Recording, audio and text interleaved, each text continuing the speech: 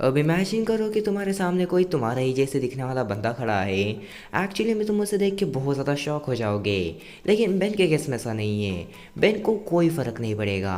Reason, Ben ने अपने जैसे दिखने वाले इतने सारे बंदों को देख लिया है कि अब तो यार बेन को फ़र्क ही नहीं पड़ता है।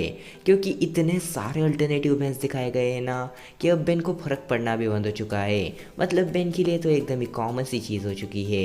बेन 10 सीरीज़ में बहुत सारे बेन दिखाए गए हैं। मतलब यार एक हमारा प्राइम बेन है एंड उसके इतने सारे अल्टरनेटिव वर्जन्स दिखाए गए हैं कि यार पूछो ही मत। मतलब कई सारे तो विलन्स है, कई सारे हीरो है एंड कई सारे तो एकदम ही डिफरेंट है। लेकिन इनमें से कई सारे बैंस मर भी चुके हैं। यहाँ आज की वीडियो में मैं तुम्हें बताने वाला हूँ ऐसे कुछ 5 बैंस के बारे में जो कि एक्चुअली में बेन 10 सीरीज़ में मर चुके हैं। मतलब शायद से इनमें से कई सारे बैंस बेन 10 सीरीज़ में रिटर्न भी नहीं करेंगे। So let's begin this video. Number 5, time hills Ben.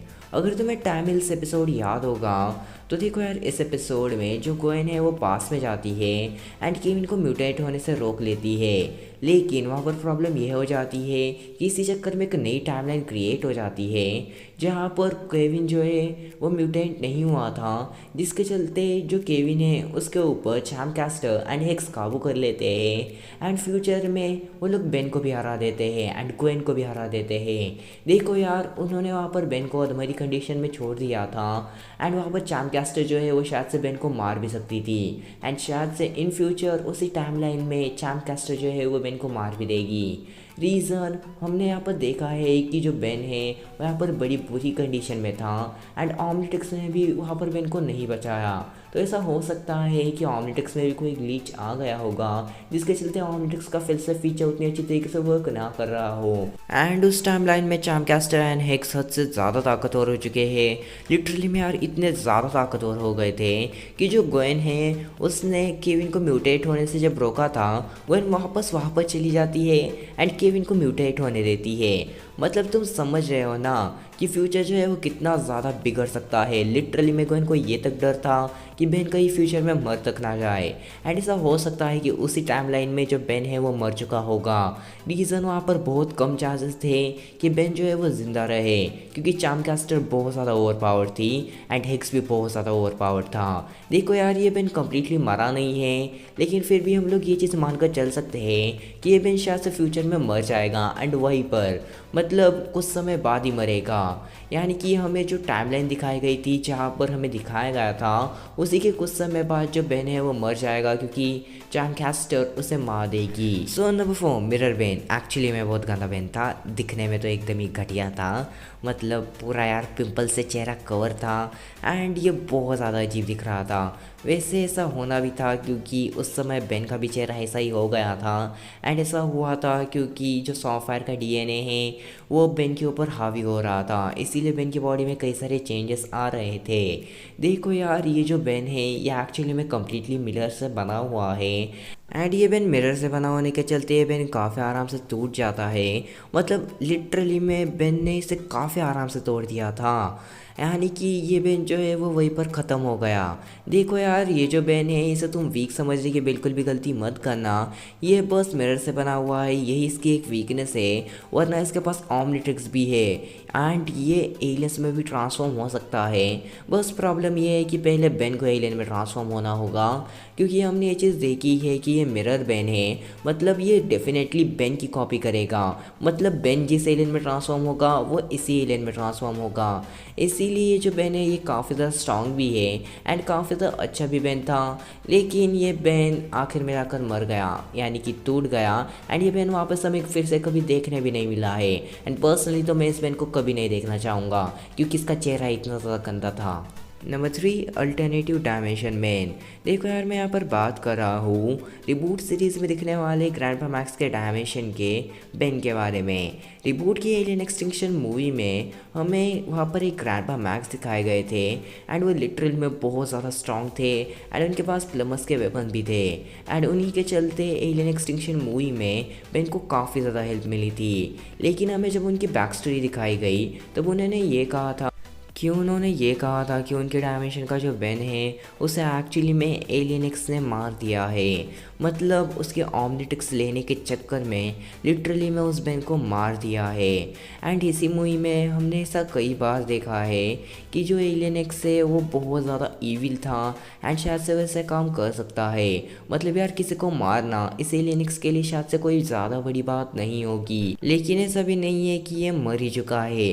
इस चीज़ को आज तक कभी ढंग से क्लियर किया ही नहीं गया है कि आखिरकार ये बहन जिंदा है या फिर ये बहन मर चुका है। लेकिन इसके हाईली चांसेस है कि ये बहन एक्चुअली में मर चुका होगा। एंड ऐसा इसीलिए था क्योंकि इस बहन को थोड़ा इसी तरीके से दिखाया गया था, लेकिन कई सारे लोगों का मानना यही है आज भी कि ये बहन जिंदा है। लेकिन मैं पर्सनली तो यही बोलूँगा कि शायद से ये बहन मर चुका होगा। अब तुम्हारा क्या ओपिनियन है तुम कमेंट में बता सकते हो, क्योंकि तुम्हारा ओपिनियन भी काफ़ी ज़्यादा मैटर करता है। Number 2, plant Ben. Plant Ben को क्रिएट किया था प्लांट एलियन ने एंड एक्चुअली में ये बेन एक काफ़ी ज़्यादा डेंजरस बेन था। रीज़न इसने बेन की अल्टीमेट्रिक्स ही चुरा ली थी। मतलब यार अल्टीमेट्रिक्स को निकालना तुम्हें पता होगा बहुत ज़्यादा ईजी होता है। बस तुम्हें एक बटन को प्रेस करना है एंड अल्टीमेट्रिक्स जो है वो यूज़र के हाथ से निकल आएगी, जैसे कि अल्बीडो ने भी किया था। एंड इसी तरीके से जो प्लांट बेन है वो एक्चुअली में हमारे प्राइम बेन की जो अल्टीमेट्रिक्स है उसे निकाल लेता है एंड खुद पहन लेता है। एंड यहाँ पर सिर्फ हमें प्लांट बेन ही देखने नहीं मिलता है, प्लांट केविन, प्लांट ग्वेन भी हमें यहाँ पर देखने मिलते हैं। एंड ये सब होता है यहाँ पर हमारे प्लांट एलियन के चलते। प्लांट एलियन जो है वो किसी के भी क्लोन को बना सकता है, यानी कि वो किसी के भी प्लांट क्लोन्स को बना सकता है एंड वो यहाँ पर ऐसा ही करता है। देखो यार जो प्लांट बेन है वो जब बाहर आता है मतलब असली दुनिया में आता है तब वहाँ पर तबाही भी मचाता है एंड ये जिमी के पीछे भी पड़ जाता है। प्लांट बेन जो है इसके पास कई सारे अलग अलग ताकत भी है, मतलब ये बिना ऑमनिट्रिक्स या फिर बिना अल्टीमेट्रिक्स के भी काफ़ी अच्छा खासा पावरफुल भी है, क्योंकि इसके पास प्लांट से रिलेटेड थोड़ी बहुत ताकतें भी है एंड कहीं ना कहीं इसे मारना भी काफ़ी ज़्यादा मुश्किल था। लेकिन फिर भी एट दी एंड बेन ने इसे हरा दिया था एंड अल्टीमेट सॉन्गफायर ने तो डायरेक्टली प्लांट एलियन को ही डिस्ट्रॉय कर दिया। मतलब तुम ये कह सकते हो कि जिसने प्लांट बेन को बनाया था वही मर चुका है, तो या फिर प्लांट बेन जो है वो अब वापस आ ही नहीं सकता है। मतलब प्लांट बेन को क्रिएट किया था प्लांट एलियन ने एंड प्लांट एलियन को बड़ी बुरी तरीके से अल्टीमेट सॉन्गफायर ने मार दिया है, इसीलिए प्लांट बेन बेंटेन की सीरीज में वापस नहीं आएगा एंड ये कम्प्लीटली मर चुका हुआ बेन है। एंड ये सीरियसली में काफ़ी ज़्यादा अच्छा एंड काफ़ी ज़्यादा पावरफुल बेन था एंड इसे देखने में भी काफ़ी ज़्यादा मज़ा आया था एंड ये एपिसोड काफ़ी ज़्यादा मिस्टीरियस भी लग रहा था। नंबर 1, अब शायद से तुम्हें शॉक लगेगा कि आखिरकार नंबर 1 पर कौन है। तो नंबर 1, प्राइम बेन। यह मुझे पता है कि कई सारे लोग कहेंगे प्राइम बेन तो भाई जिंदा है, वो थोड़ी ना मर चुका है, तो आखिरकार प्राइम बेन को मैंने इस लिस्ट में क्यों लिया। एक्चुअली में प्राइम बेन असलियत में मर चुका है।